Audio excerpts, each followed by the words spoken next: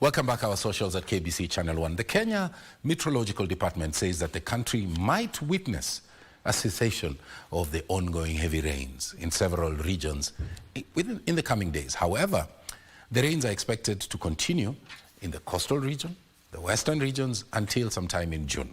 The Weatherman is now cautioning the public to adhere to safety measures, with the relevant authorities urged to put in place adequate interventions to deal with the flooding occasioned by the rains. Nancy Okware puts that story in perspective. According to the Kenya Meteorological Department, May marks the cessation of the long rain season over several parts of the country, except for the coastal region and the western region, where rainfall continues into June. Most of the other parts of the country have had their peak in April, but the coast will have its peak in the month of May. And that is also one of the places where you expect the season to cease in the first part of June. The forecast for the next 3 months indicates that rainfall is expected over the highlands west of the Rift Valley, the Lake Victoria Basin, Central and South Rift Valley, as well as the coastal region.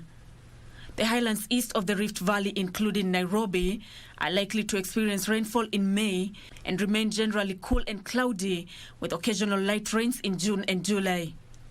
According to the Weatherman, the month of April marked the peak of the long rains, except over the coastal region, whose peak is expected in May.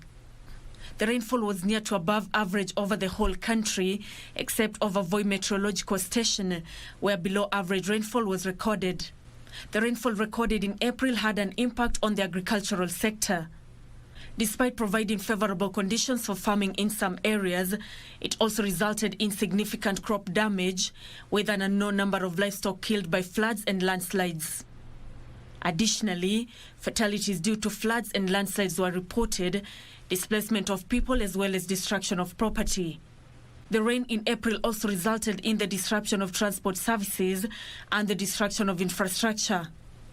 Weather and climate variability and extremes have increased in the recent years due to climate change.